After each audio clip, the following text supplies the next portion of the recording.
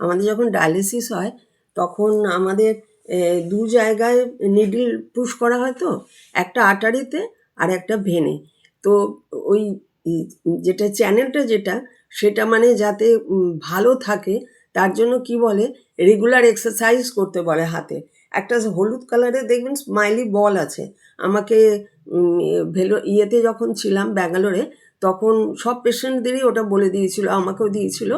ওটা হাতে সবসময় পাম্প করতে বলে, যাতে আপনার ইয়েটা আর্টারিটা আর ভেনটা বেশ ভালো মতন কাজ করতে পারে। আর আমার যেহেতু জায়গাটা খুব ফুলে গেছে, রগটা ফুলে গেছে, তার জন্য কি হয়েছে, আমাকে এখন মানা করে।